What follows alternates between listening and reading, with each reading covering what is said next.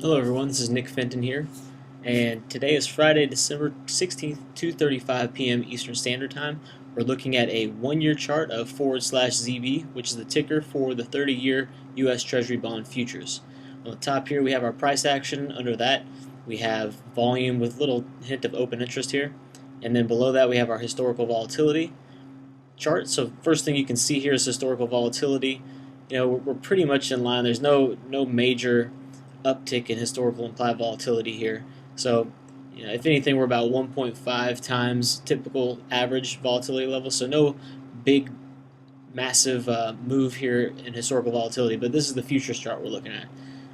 So all in all, the main thing to be concerned about here is the fact that we have been trending pretty much between this 145 and 134. We have quite a bit of support right around this 134 level and quite a bit of resistance at 145. Right now we are right at this 145 resistance level. So we've got resistance here, here, there, and then we're currently at it right now. So bottom line is this particular level, 145 in the bond futures, is an area of interest. It's an area at which sellers tend to step in and put sell side pressure on bond futures. Another area of support, so we mentioned this 134, but a tighter area of support is right here at 140. This has been a pretty big level of interest that we've been keeping a close eye on. And you can see 140, this previous resistance at this 140 level on several occasions, all through here as well. That resistance broke right there and it became support. And you can see recently there was quite a bit of support at this level. It did manage to pop off of that support. The reason we're showing you that is because this is the way we're looking at it from a reward to risk perspective. We're right here at this resistance level. We're touching it. It's beautiful. Perfect time to enter from a resistance perspective. Our previous high, all-time high here in ZBF, or short-term high here recently, was right at 147 on September 23rd. So basically, we're saying to ourselves, okay, if this thing gets above 147, not interested in being in a bearish position anymore. So there's roughly 2 points in risk on this trade from a straight up futures perspective. And then if it gets back down here towards this 140 level of support, that's when we'd be highly considering taking profits on any strategic position that we put on. So therefore there's approximately 5 points of reward. So risking 2 to make 5 from a reward to risk perspective, that's always a good thing. If we can complement this type of scenario with a higher probability options strategy, then that's the way to do it. That's the way we like to do things, as you know by now.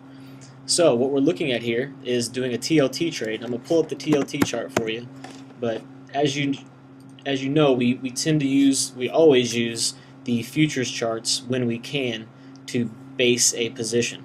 So we're using the ZBF chart, or the ZB futures chart, to base what we're going to do here in TLT. But you can see very similar price action here in TLT. Right around this 123 price point, we've seen significant resistance. And right around 110, there's been some decent support. Right here at 115 is pretty much the what represents that 140 price level that we were seeing in ZB. So what we want to do is get ourselves in a position where something just above 123 is our break even, and at or below 123 is our max profit. So what we have decided to do is we're going to do a Jan 12, and you can see we've got 19.42% implied volatility on the Jan 12, which again is not that much over historical averages, about 1.3 to 1.5 times historical levels, nothing too significant, which is kind of a bummer, but all in all, we still like the trade. So we're going to change this to vertical, selling the 123 call, buying the 125 call, currently sitting at about a 75-cent credit. If we right-click and analyze duplicate trade, it's going to take us to this screen. Now we got to make sure up here on the top right our probability date is January 21st, which it is.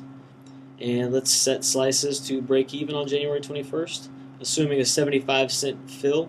Our break even is 123.75. Our probability of success right here is about 58%, and probability of break even or worse is about 42%. So this is overall good trade. 123.75 meets our objective of wanting the break even to be above 123. 123 max profit or 123 or below max profit price point meets our objective of wanting that to be the price point at which max profit was. And right here we're risking 125 to make 75. So that makes sense considering the probability of success that we have here. And lastly, this 58% probability of success meets our objective as far as how we wanted to complement that 2.5 to 1 reward to, or risk to reward situation, reward to risk situation that we mentioned in the bond futures. We wanted to complement that with a higher probability options trade. So we have better than 50-50 probability on a situation that we've analyzed as about a 2.5 to 1 reward to risk scenario. So all in all, we really like this trade, and our gut is a little bit cautious here for some reason because bonds have just been so strong and they really haven't faded hard when the market's rallied strong, and they've just been holding strong. So gotta admit we're a little bit nervous. We're going to keep size quite small on this trade, but we do want to put it in because we can't resist getting in on a bearish option strategy with bonds right at this resistance level.